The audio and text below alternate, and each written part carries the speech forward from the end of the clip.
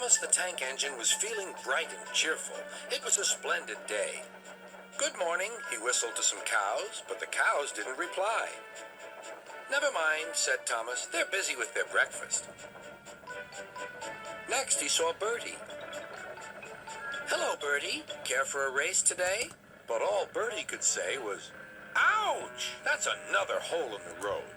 "I'm sorry, Bertie," smiled Thomas. Thomas was still in good spirits when Bertie arrived at the next station.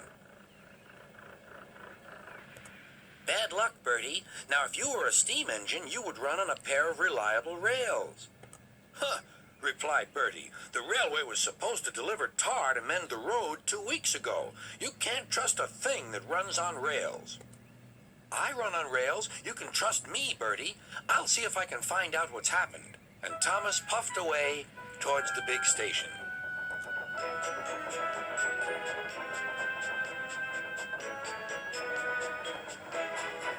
James was snorting about in the yard.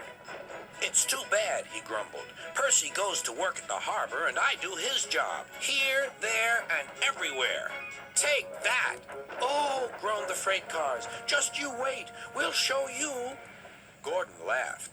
"I'll tell you what, James. If you pretended to be ill everywhere, you couldn't shunt freight cars here or go to the quarry there, could you?"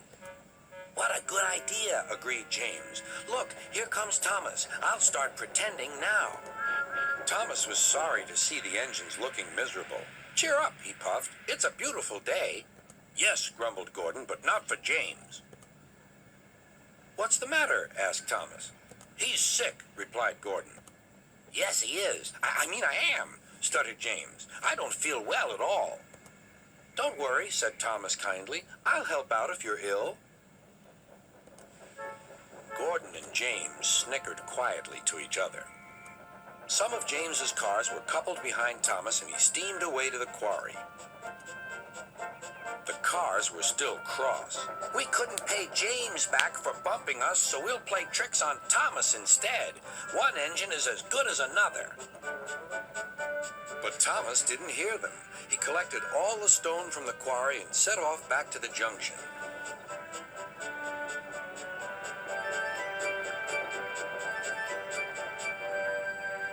Danger lay ahead.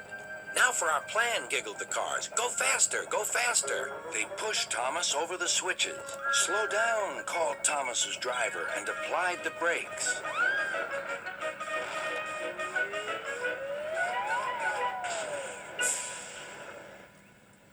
Poor Thomas stood dazed and surprised in a muddy pond as a toad eyed him suspiciously.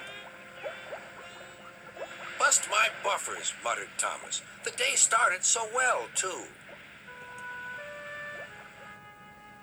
Duck pulled away the cars, and Edward helped Thomas back to the junction. Suddenly, Thomas remembered the missing tar. He told Edward all about it. "That's strange," said Edward. "A car full of tar has been left at my station. That must be it. Driver will make sure it gets to Bertie now."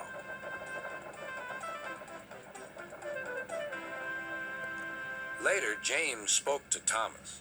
"I'm sorry about your accident," he muttered, "and so is Gordon. We didn't mean to get you into trouble." "No, indeed," spluttered Gordon. "A mere misunderstanding, Thomas. All's well that ends well." Just then, Bertie arrived. He looked much more cheerful. "My road's being mended now." "Oh, I am glad," replied Thomas. "Thanks for all you did," added Bertie. "Now I know I can trust an engine, especially if his name is Thomas." Gordon and James puffed silently away to the shed, but Thomas still had company. "Well, well," he sighed, "what a day for surprises." The toad, who was looking forward to a ride home, noisily agreed.